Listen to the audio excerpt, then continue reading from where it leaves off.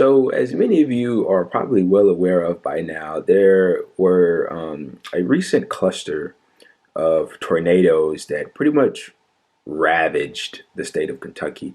And in doing so, it caused, unfortunately, of course, caused death and a lot of anguish and degradation among the people in these specific locations where these tornadoes were effective. But in doing so, there have been numerous stories and what have you that have emerged. And the one that caught my eye, Amazon and their ever so increasingly corrupt labor practices. So this is an article from David Sirota that details the following, and a quick warning and disclaimer. This is incredibly grim and just depressing. So the title of the article is the following: Worker Protection Bill blocked before tornado disaster. Let me get into this because this is absolutely amazing. In the months before workers were reportedly barred from abandoning their job site or threatened with termination if they fled this week's deadly tornadoes, corporate lobbying groups were fighting legislation to prohibit retribution against employees who seek to leave work out of fear for their safety.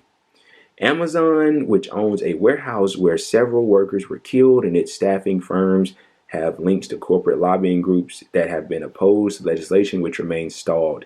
NBC News reported Monday that workers at a Kentucky candle factory were told by superiors that they could be fired if they fled their workplace as a powerful storm approached. In Illinois, one Amazon worker who died reportedly texted his girlfriend beforehand, "Amazon won't let us leave." At least 8 workers were subsequently killed at the Mayfield Consumer Products candle factory in Kentucky, while 6 workers were killed in the Illinois disaster at Amazon, whose warehouses have been plagued by deadly cataclysms and allegations of hazardous conditions. And this is from More Perfect Union. Horrifying details emerging about the tornado disaster at Amazon warehouse in Illinois, where at least 6 workers were killed on the job. Before he died, Larry Verdon reportedly texted his girlfriend, "Amazon won't let us leave." He leaves behind 4 children. And I'll try to throw the text up on the screen, but I'll read them to you regardless. So he texted his girlfriend, "Amazon won't let us leave," as the article in More for Union just pointed out. She says all it's doing here is lightning, and then it just gets very grim from here. "So what are you doing? I hope everything is okay. I love you." And this gentleman is no longer with us, Mr. Larry Verdon. Completely unfortunate, and it was preventable.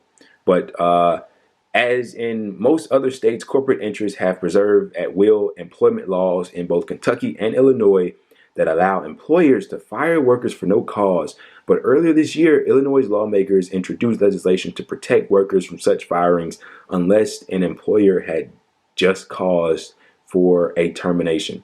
The Illinois bill, called the Illinois Employee Security Act, explicitly states that a just cause for firing does not include an employee's refusal to work under conditions that the employee reasonably believes would expose him or her, other employees, or the public to an unreasonable health or safety risk. And this article is quite extensive. It goes on to outline more about this just cause initiative, and to outline other things that are extremely important. But as I just stated, this is absolutely amazing. So 6 workers were killed in the Illinois disaster at Amazon. As I outlined, I want to return to this. The workers at that candle factory were informed by their superiors that they could be fired if they fled their workplace. That they could be fired as they fled their workplace. And that's not it. Also, pivoting back to Amazon, as More Perfect Union outlines here, giving us more information in conjunction with this Larry Verdon story, the gentleman that passed away. So Amazon has a law, or they have a ban on people carrying their phones on the job, leaving them unable to get updates or contact people during emergencies. That's amazing. That's amazing. And now, after this disaster, the people that survived and that's harrowing to say, are speaking up and speaking out about this. Guys, let me explain something to you. The fact that they can't have their phones on the job during emergencies, the fact that there's lobbying groups and corporations are fighting behind the scenes they're fighting for the right to be able to take people's jobs away because they don't want to work under these insanely dangerous and hazardous conditions. That's what they're fighting for. All of this is happening because companies want to make profit. They want to make money. That's it. That's it. They want to make more money. And especially during the holiday season, it's suffice to say that they had more workers in these warehouses, in these places of business to, produce more, send out more, do whatever it is that they do so that they can make more profit. Because, of course, we know around the holiday season, there's more demand for certain things.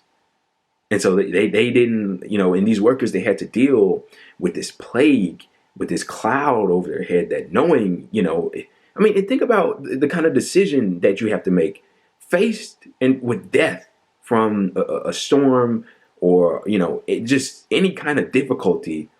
You can't leave your place of work because you know that if you do leave, it's very possible and maybe likely that you get fired. You're relinquished of your duties and you lose your livelihood simply because you didn't want to lose your life. But unfortunately, several people ended up losing their lives anyway. This is completely sad, unfortunate, and outrageous. Look at what's happening.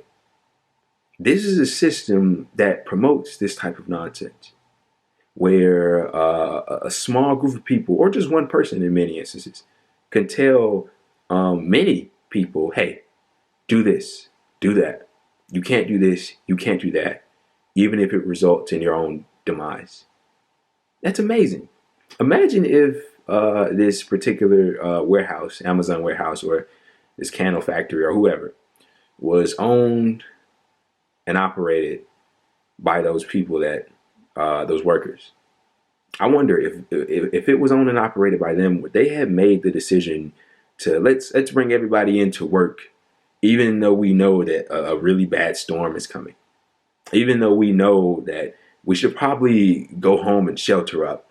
I wonder if they would have made that decision. We got to make profit anyway. Something tells me that they wouldn't. Look, man, this is completely unfortunate. This article also outlines that Joe Biden does have the power, as the president does in so many cases, to actually do something about this. The question remains as if he will or not. But this is what workers are dealing with in this country. And this is why I choose to speak about this as often as I do, because the situations and the difficulties that they're forced to incur are pretty much like none other. They're treated very poorly. They don't have decent working conditions. They're paid long hours, and it's difficult to sustain. And then when tragedies like this happen, it really makes you stop and think, could things have gone over differently? And the answer to that question is 10 times out of 10, always yes.